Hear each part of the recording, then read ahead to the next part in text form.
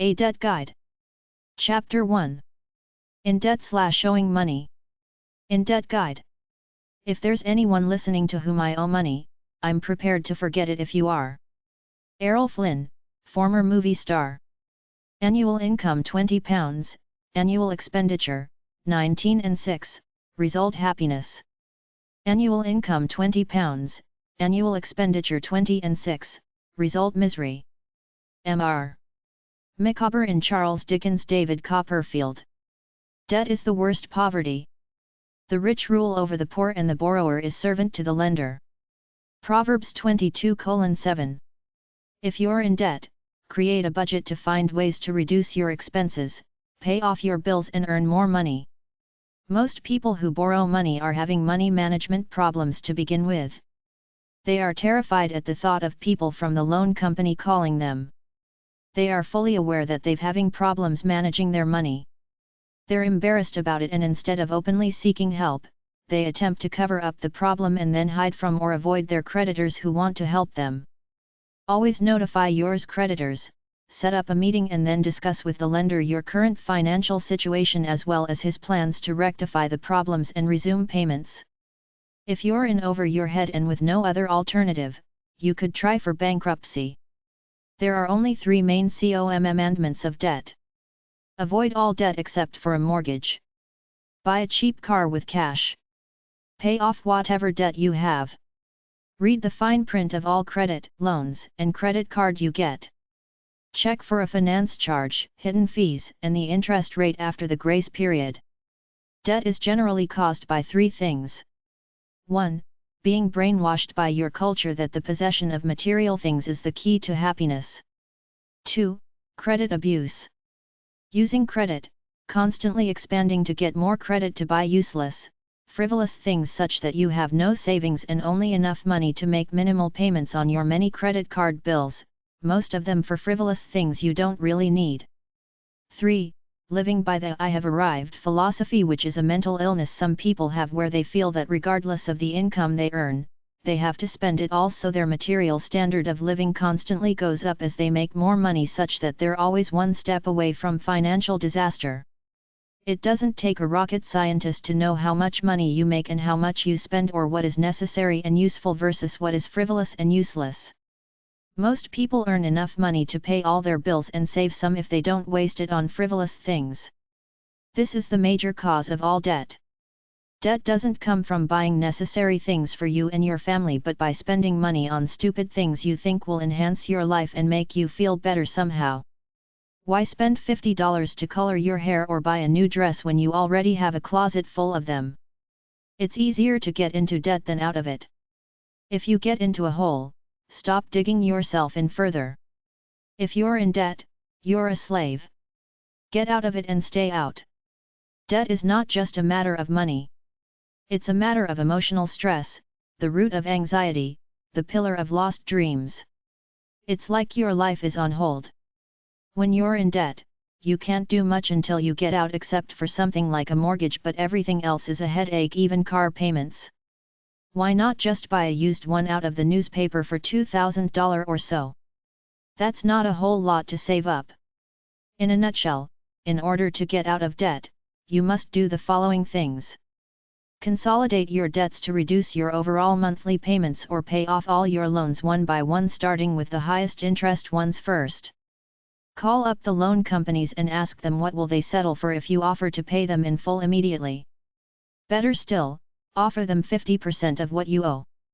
To them, in most cases, 50% is better than nothing. If you have credit card debt and good credit, ask your credit card company to lower your interest rate. Each new card you open can lower your credit score, so balance your need for a new card with that. If you have consumer debt, make the minimum payments on everything but the highest rate debt. Pay all you can on that until you get it paid off and then go to the next. Sell off anything you own that you don't really need to pay off some of your debt, like boats, cottages, motorbikes, jewelry, and anything else you can sell on an internet auction or through a local auction. Cut out all frivolous spending and luxuries. Save money by reducing expenses. Use less gas, water, eat cheaper foods, etc. Try number 640 at the library. Make more money by working more hours or get a part-time job. Your choices essentially are: orderly payment of debt by calling your creditors and working with them, foreclosure of your home, default of your loans resulting in a trashed credit rating, bankruptcy, legally discharging your debts through the court system, in which case your credit rating will be shot for 7 or more years. If you're looking to negotiate your debt, you'll almost always get a better deal dealing with your creditor directly than through a collection agency, because they're pros. They'll try to squeeze you any way they can, and they're limited in what they can do if they're working for the creditor. Be honest and tell them you sincerely want to pay the debt, but you need new arrangements. Bring some good faith money. If the collection agency has bought the loan, they own it. You have to deal with them. The truth is that most creditors are really on your side. They want to see you succeed so that they get their money back. If you're having financial problems and have been laid off or whatever, your best bet is to go to your creditors, tell them you're having problems and ask for a new schedule of payment that's more manageable. To them, it's probably better to work with you than to risk losing you, so it's worth a try. Just don't try to con them. Be honest about it. If your bank is your biggest creditor, organize your papers, make an appointment and go see them. They may offer you a consolidation loan, that is, a loan to pay off all your high-interest obligations so that you can focus on this one loan spread out over several years. Whether you want to do this if your bank offers it, is up to you to risk using the money up and going further into debt. The bank will probably be nervous about it and will most likely want you to put up your house as collateral on it if you have one.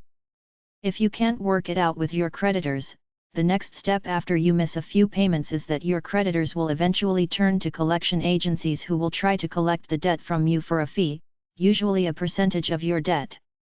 Don't be sucked in by any ads that promise to repair your credit for a fee, because they can't tell you any more than what's in this book. Automobile loans present special problems. Most automobile financing agreements permit your creditor to repossess your car any time that you are in default on your payments. No advance notice is required. If your car is repossessed, you may have to pay the full balance due on the loan, as well as towing and storage costs, to get it back. Do not wait until you are in default. Try to solve the problem with your creditor when you realize you will not be able to meet your payments.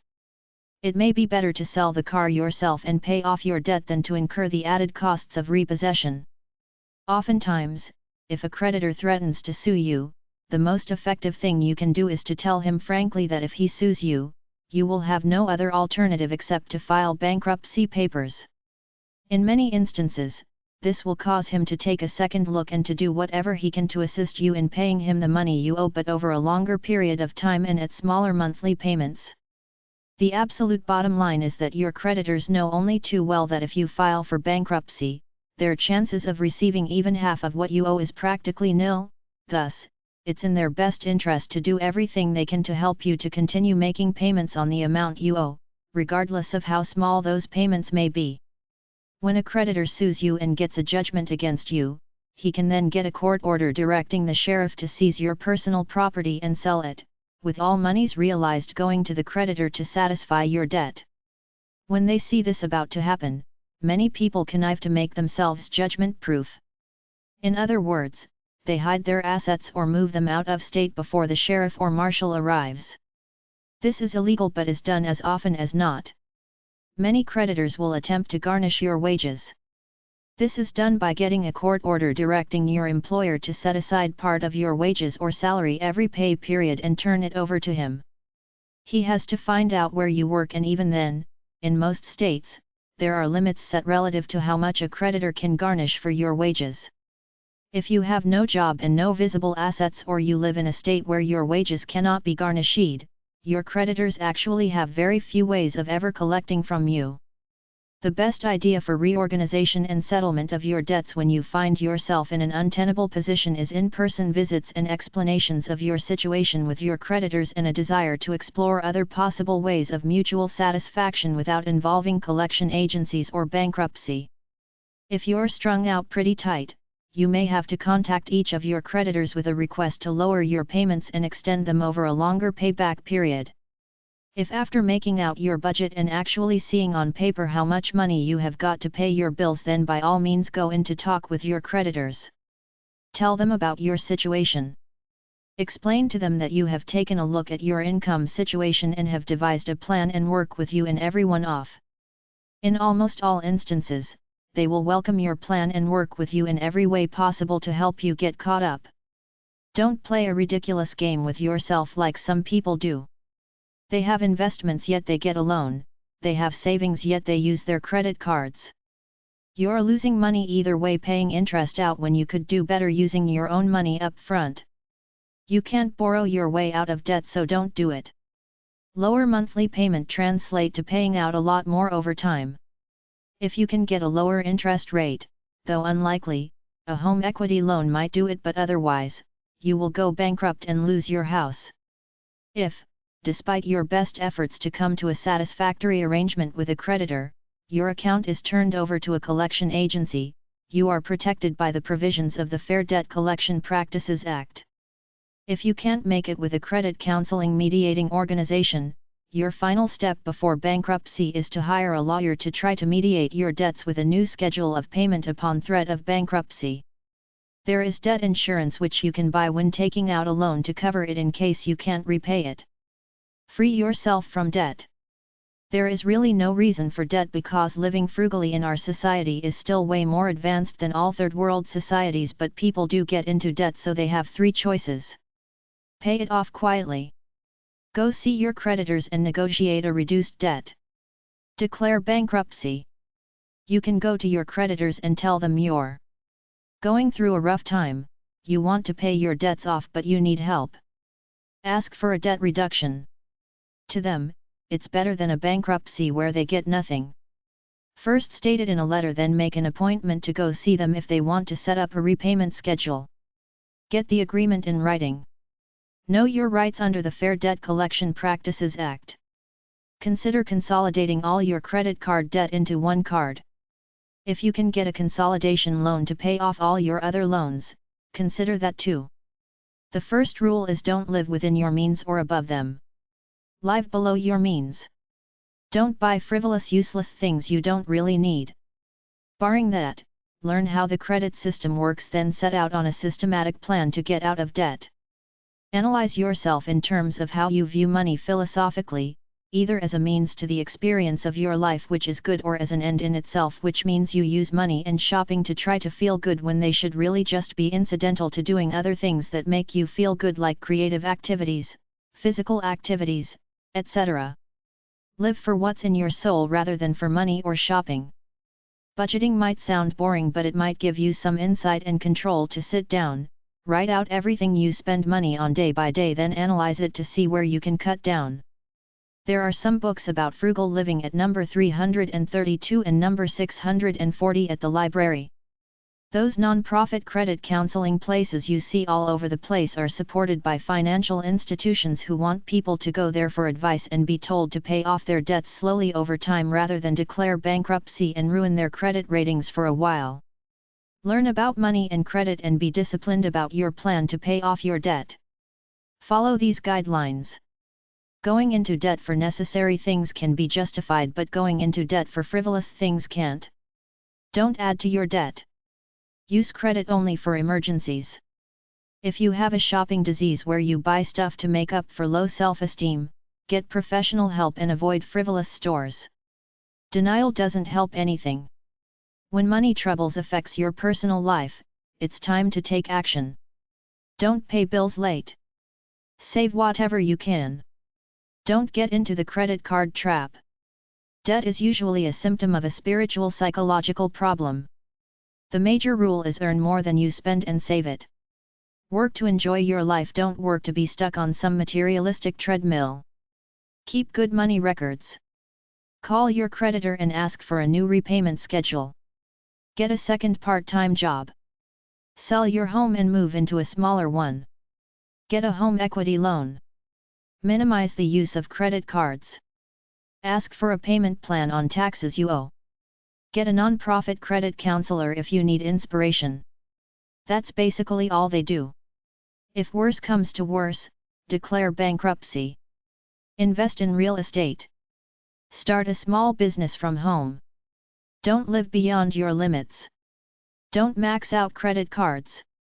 Use them for emergency only. Read the fine print on your credit cards. They like to lull you into complacency by raising your credit limit than your April. Ask your credit card company to lower your April. Look around on the internet for credit cards with lower APRs. Pay the most basic bills first for things you really need like electricity, water, telephone, car, etc. One way to decrease debt is to increase income through a second job or part-time business. Don't spend money on useless things. Save money you don't need right now. Eliminate all bills but the mortgage. Pay off all credit card bills, then hide or cut up all credit cards but one or two. Stop whining about your life. You got yourself into this mess, now you have to get out of it. Don't borrow money. Do without or buy cheap and used. After you pay your debts, if you still continue to use a credit card, pay it off every month. Think about what would happen if you suddenly lost your job or your car broke down and costs $1,000 to fix. If you don't have some savings put away, you're screwed. It's a flimsy way to live. Don't take the attitude that the future will take care of itself somehow. Get real. Get rid of your debts and live frugally. Find Simple Living books at both number 332 and number 640 at the library. Don't be status conscious and feel you have to materially keep up with your contemporaries. Don't associate shopping with pleasure or associate shopping with treating yourself. It should be a functional act geared to buy functional things and not used to enhance your moods. I never shop for pleasure, that's how anti-materialistic I am. Don't be afraid to face your money situation. Learn about money, then save and invest wisely. Join a credit union rather than a bank if you can. Some credit unions have shaky rules, but they will generally take you if you fib and say you're a public employee, a teacher, or whatever their criteria is. Call them up on the phone and ask what are the requirements to open an account. Find a checking account with no monthly fee if you keep a $1,500 balance or so. If you're over 30, don't go to your parents to help you out. Don't go shop crazy at Christmas time. Waste not, want not. Don't be a frivolous, excessive, unconcerned consumer. Buy what you need. Use what you buy. It's not just about you. It's about the ecology of the world. Don't work a high-pressure job you hate just because you need the money to pay off your debts. Pay off your debts, then look for a job you really like. Don't take vacations on credit, vacations you can't afford.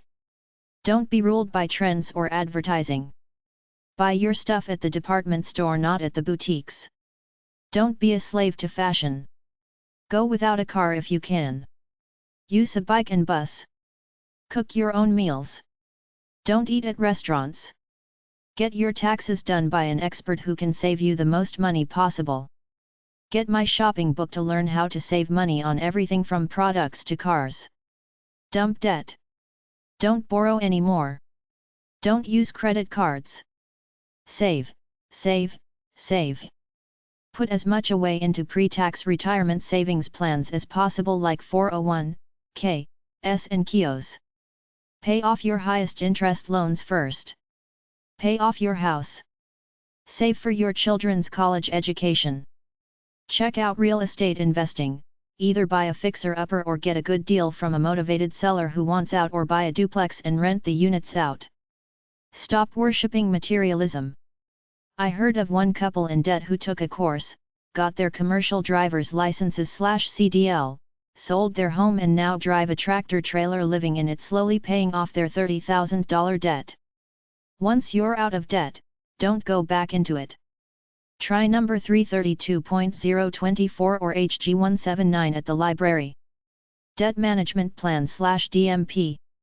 The counselors at nfcc.org, 800-388-2227 generally make up a debt management plan is a voluntary agreement between you, your creditors and the credit counselors.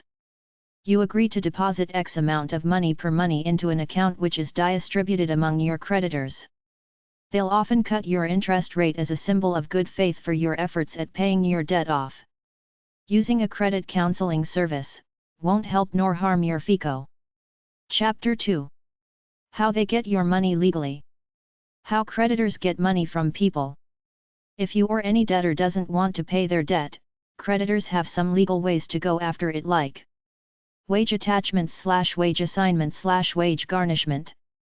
If they find out where you work one way or another, you tell them, they do surveillance on you, they do a computer check on you, they can legally garnish your wages. There are 2 ways a creditor can get at your wages. A court enters a judgment against you, then the creditor arranges for a wage garnishment depending on state law. You, the debtor, agree to have part of your pay sent to the creditor. Don't let a creditor talk you into option 2. Tell him you'll pay the best way that you can, but you want full control over your paycheck. Repossession. The creditor has the right to take back what he sold you if you don't make timely payments. Vehicles are usually repossessed, although other consumer goods can be repossessed too. Read your sales contract. Before you get into trouble, go to the creditor and ask to reorganize the loan so that you can afford to pay it. Once the car is repossessed, you lose all equity you built up in it. Unless you FO down with a good chunk of cash, chances are he won't give it back to you. Furthermore, he'll attach some additional fees onto it, and if you don't pay, this will trash your credit record. You still owe the remaining loan amount minus what the car is worth right now. Foreclosure. Foreclosure happens you don't make home payments and they take the home back. Read about it in another section. Collection agencies. Creditors use collection agencies in 2 ways. They hire the collection agency, which is then paid a percentage of what they collect. They sell the debt to a collection agency who own it and get 100% of what they collect. Be clear on the law regarding collection agencies so that you know what they can and cannot do. Remember, they're professionals. They'll try anything that works, usually guilt and insults. If this is happening, get a recording device from a store like Radio Shack, record the calls, then if they're doing something illegal, you can sue them in civil court, win a judgment that wipes out your debt and puts money in your pocket. Don't let the collection agent sweet talk you into paying more than you can afford. Chapter 3. A collection agency guide. Collection agencies info. If a collection agency won't negotiate with you and keeps hounding you, send them a cease communication letter telling them to stop via the provisions of the Fair Debt Collections Practices Act. They can only contact you once after that to tell you what further action they will take. This doesn't remove your debt, just gets the collection agency off your back. You still owe the creditor the money. If you want to lodge a complaint about a collection agency or credit card company, try the following. Collector.com, Association of Credit and Collection Professionals. FTC.gov, 877 FTC Help. You could hire the following companies to attempt to collect on money owed to you. CAJP.org, 661-664-0767, California Association of Judgment Professionals. ABCCompanies.com. AlliedSiredco.com. Collecto.com. FinziesRich.com, collection agency based in Richmond, Indiana. DNBCollections.com. NES1.com. SoCalMall.com/asset forfeiture, 888-4 asset 4. TCMGroup.com. American Collectors Association. POB 39106. Minneapolis, Minnesota 55439. 612-926-6547. Collector.com. Bill Collection Agencies. Professional Collector Magazine. Cadmus Custom Pub. 101 Huntington Avenue, 13th FL. Boston, Massachusetts 02199-7603. 617-424-7700. Fax 617 437-7714. Pro Collector at cadmuscustom.com. cadmuscustom.com. Debt buyers/second wave debt collectors. Bill collectors are often the company itself that owns the loan trying to collect from the debtor, but if they can't make headway with collecting it, they'll sell ownership of the defaulted loan for a low price to a debt buyer company who will then own the loan and try to collect what they can on it. These debt buyer companies are very aggressive in collecting on these defaulted loans. They say they don't break the law in trying to intimidate people, but they do because they know that most people are sheep and will allow themselves to be intimidated. Even though they risk being sued for their illegal intimidating actions, they figure they'll come out ahead and pay the fines when sued as a cost of business. Have a recorder on your phone so you can tape them when they use illegal tactics, then file a civil lawsuit against them for violating federal loan collecting laws. Find a local lawyer who specializes in actions against loan companies who violate federal credit and collection laws. Junk debt buyers are aggressive in trying to collect debt.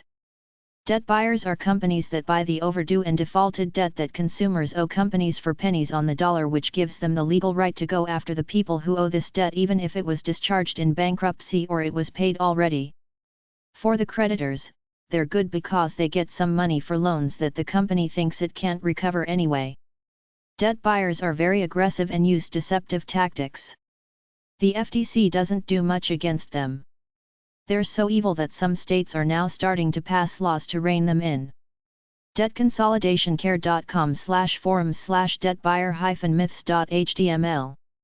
expert-credit-advice.com/junk_debt.htm. fair-debt-collection.com/junk-debt-buyers.html. Consumer alert for junk debt buyers and debt collection concerns. If you are in debt or was once in debt, then you may be the target of a new collections company. Debt buyer websites. debtconnection.com, Debt Buyers Association, a resource for recovery managers, collection agencies, debt buyers, debt sellers, companies trying to sell their money due accounts. debtbuyers.com. collectorfind.com, find a collections agency for your business. en.wikipedia.org/wiki/debt_buyer. debtmarketplace.com. debtsellers.us. dbainternational.org. webuicajudgments.com. collectionlawyers.com, representing debt buyers, California-based collection law firm with a nationwide presence. natap.org/hotline/dcbasics.html. creditmaxmarketing.com, technology for use in collecting debt. dbacan.ca, Canadian Debt Buyers Association. Collect money owed to you. Don't ever co-sign for a loan unless you intend to pay it off. Maybe co-sign for your children but not for friends because they won't pay it. If you lend money, get a contract with a definite schedule of repayment. Apply the following information to both people and businesses.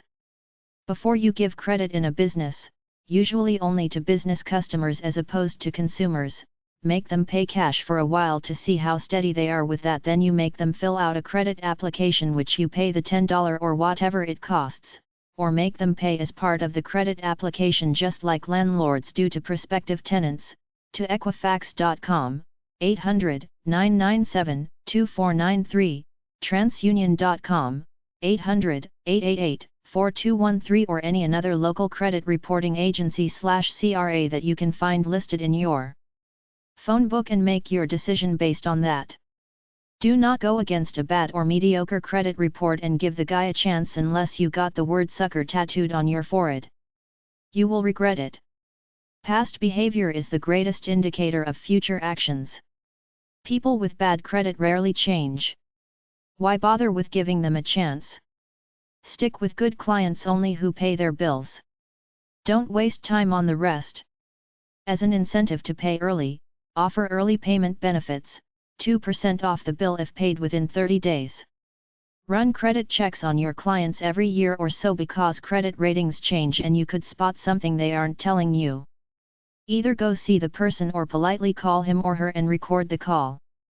If that doesn't work, Send 2 to 3 registered letters so you have proof of a paper trail.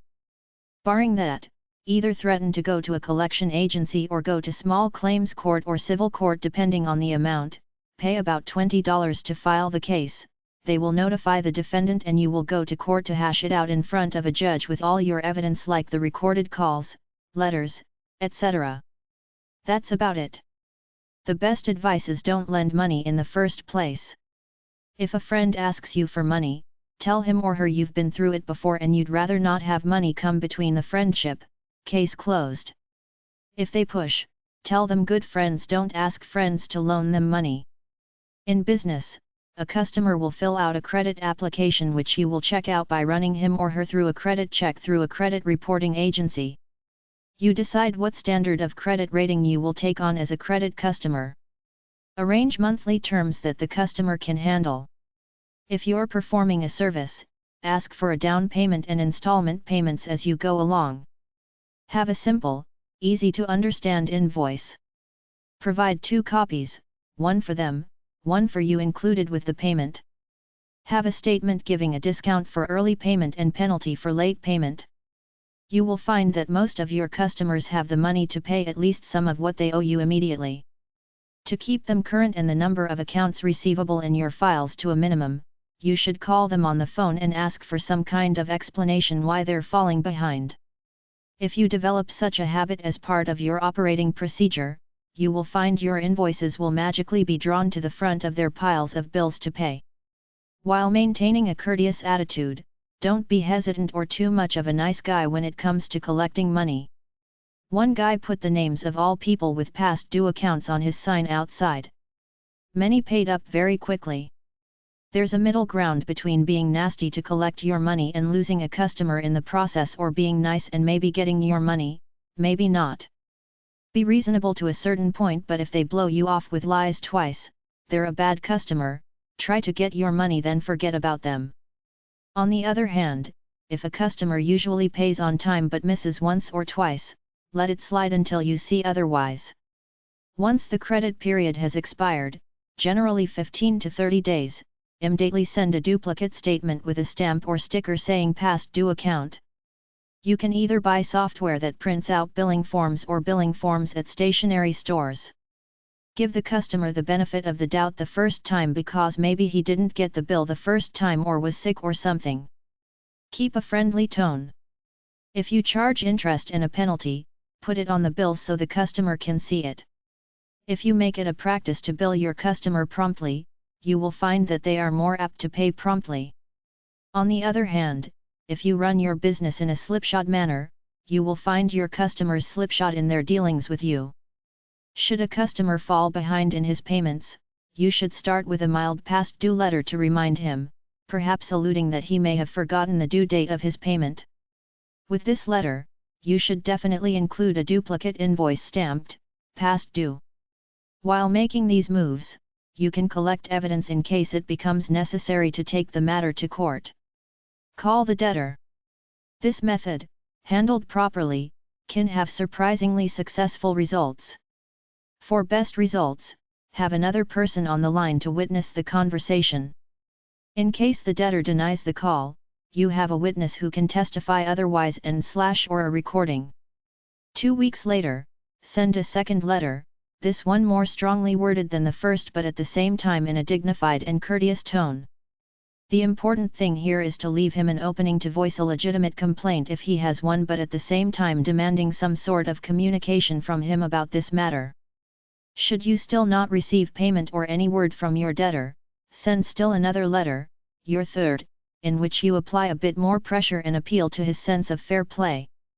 Mention his credit rating and let him know that if he doesn't pay, you will be forced to turn his account over to a collection agency. However, never make threats you don't intend to carry out. Finally, 2 weeks after you've sent out your third letter and you still haven't heard from him, automatically turn his account over to a collection agency. No one likes to be on a collection agency's list, and once your customer finds out that you will indeed turn their accounts over to an outside agency for collection, they will quickly accept the fact that you are running a tight ship and not try to use you for a soft touch. If the debtor is a business, file a complaint with the BBB or the trade organization in which the debtor is a member. Make sure you stick to the facts in order to avoid being sued for libel. They may be able to arbitrate it. If it's a large amount of money, you can either sue in small claims court or hire a lawyer to file a civil case against them for non-payment of bills. Try this creative method. In this case, the amount of the debt is $27.39. After the first 3 or 4 statements have been ignored, and the account has stopped frequenting the store and taken his business elsewhere, the store sends out a statement showing an amount due of $73.29. There may also be a statement to the effect that this account is long past due and legal action will have to be taken if the entire account is not paid up immediately. The debtor might immediately call the store and is put through to the manager. He calms down the debtor and tells him that nobody wants to take advantage of him or cheat him. He suggests that the guy bring all his records to the office and that he, the manager, will personally get the matter straightened out. The guy brings his records to the store and the manager examines the records, checks his own and agrees that the correct amount owed is only $27.39 and not $73.29. The dude pays up the account or at least makes a partial payment. If he doesn't do this voluntarily, the manager convinces him. This is probably the first time that the guy has been back in the store since running up the unpaid bill. The creditor has been doubly penalized. He not only doesn't get his money but also loses out on future business because the debtor goes elsewhere for his purchases. At this point, the manager must make a decision. Since everybody is quite friendly at the moment, the account is paid up and the guy is happy that he is not being charged for approximately $50 more than he actually owed, it would be quite easy to get him back on the books with another purchase. The manager must decide whether or not this would be wise. There is always the possibility that our debtor just doesn't have the money to pay off his bill. In this event, the manager may suggest that he leave something of value as collateral until the debt is paid. Be consistent in your collection procedures and don't allow special favors. Set up a regular routine for collecting from past due accounts and then stick with that procedure. Unless you have supporting evidence to show that you have attempted to collect your bad debts, the IRS will disallow you to write them off as a business loss. Your collection letters should contain the date, name/address of the debtor, a description of the merchandise involved or the services rendered and the amount due. It's also a very good idea to include a self-addressed reply envelope in order to make it easy for him to mail his check. Something else to consider is the use of imprinted envelopes with the phrase address correction requested, so the post office will provide you with a forwarding address in case he has moved. In almost all cases, you should address your letter to a specific person, not to either the purchasing department or the company in general. It should be your endeavor to try to continue your relationship with the person who signed authorization for the purchase in the first place. Your letters should be firm but reasonable and should leave the debtor an opportunity to set up a schedule of payments or an honorable way out of his financial problems. You or one of your agents might make a personal visit to see him and discuss the reasons why he hasn't paid, but if he doesn't want to talk to you and orders you off his property, you must not argue or attempt to reason with him. The only thing you can do in such a situation is to leave without further words. When you visit the debtor and he offers a partial payment, by all means accept it. Start by demanding the whole amount but be ready to accept whatever he offers and work out some sort of payment schedule from there. If you can't collect the money, try bartering. Trade the price of your bill for something he has that you can either use, sell, or trade. Only as a last resort should you attempt to take back the merchandise you sold him. If the debtor claims to have mailed you a check more than a few days ago, long enough for the check to have reached you, demand that he stop payment on it and issue a new check. Above all else, keep cool and don't argue or become threatening towards him. To get results, collection letters should be distinctive. Some companies use a special letterhead printed in red ink which attracts the eye better than any other color and gets maximum attention. At the same time, a great many of the collection agencies say that smaller than standard-sized paper, plus the use of paper that feels and looks expensive, always gets better results. Never use humor in a collection letter. If you do, your recipient won't take your collection efforts seriously. Maintain a sense of urgency but don't imply that you're angry, serious, yes but angry, no. You should send out your letters over planned intervals, about once every 10 days or 2 weeks. This will work in your favor because when several creditors are on a debtor's heels, he generally responds the fastest to whoever is the most insistent. Be sure you don't ever defame a debtor in writing. To do so will give him a chance to get you for libel. To always make sure you're within your legal rights when trying to collect a bad debt, keep these rules in mind. Address yourself only to the person responsible for the bill that's owed. Billing service, collect overdue accounts. You can outsource your billing and collection to companies that offer this service. 1collectionagency.com. a2cb.com/collection/callbrochure.html. aabilling.com. buyerzone.com/finance/collections. byrondavis.com, Delaware. collect.org. collection-agency-information.com. Collecting money websites. A factoring company buys your accounts receivable for a fee agreed upon by the two of you, then owns them and is free to collect them any way he or she sees fit as long as it's legal. Most collection companies work on a commission basis. You pay nothing up front. You only pay them a percentage of what they recover. llrx.com/columns/roundup18.htm, federal, state and commercial bill tracking resources. aegisfactor.com. allbusiness.com/accounting-reporting/accounts-receivable. nfib.com/page/debtscollections.html. Collecting money websites. A company buys your accounts receivable for a fee agreed upon by the two of you, then owns them and is free to collect them any way he or she sees fit as long as it's legal. Most collection companies work on a commission basis. You pay nothing up front. You only pay them a percentage of what they recover. llrx.com/columns/roundup18.htm, federal, state and commercial bill tracking resources.